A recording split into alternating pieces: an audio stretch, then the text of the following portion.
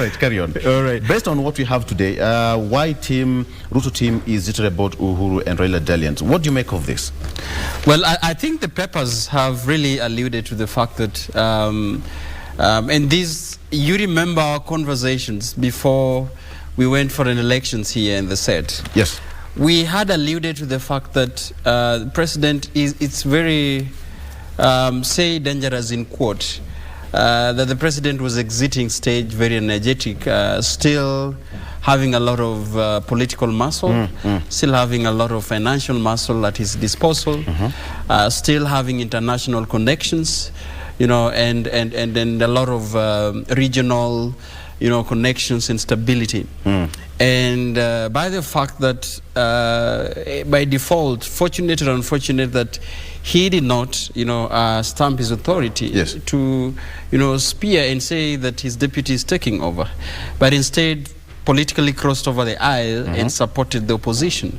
With all that at his disposal, I think it was just going to be a matter of time for the nation and the political actors to realize that he's still a figure to reckon with in the political stage.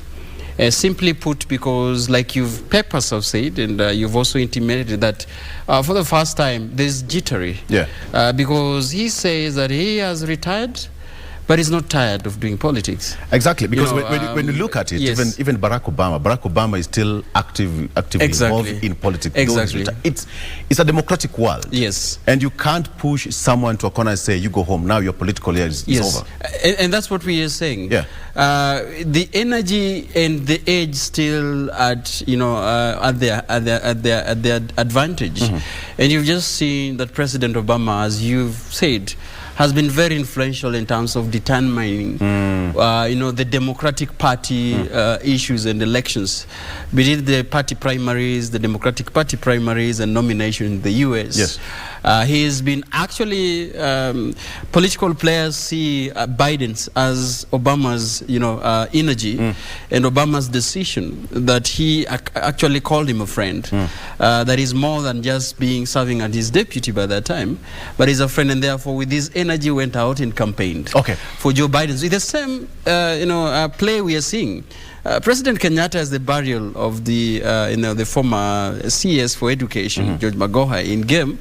You know, he came out publicly and said that he recognizes his party leader, and he's recognized that as his party. And wherever Raila says that this is the direction, he takes that direction.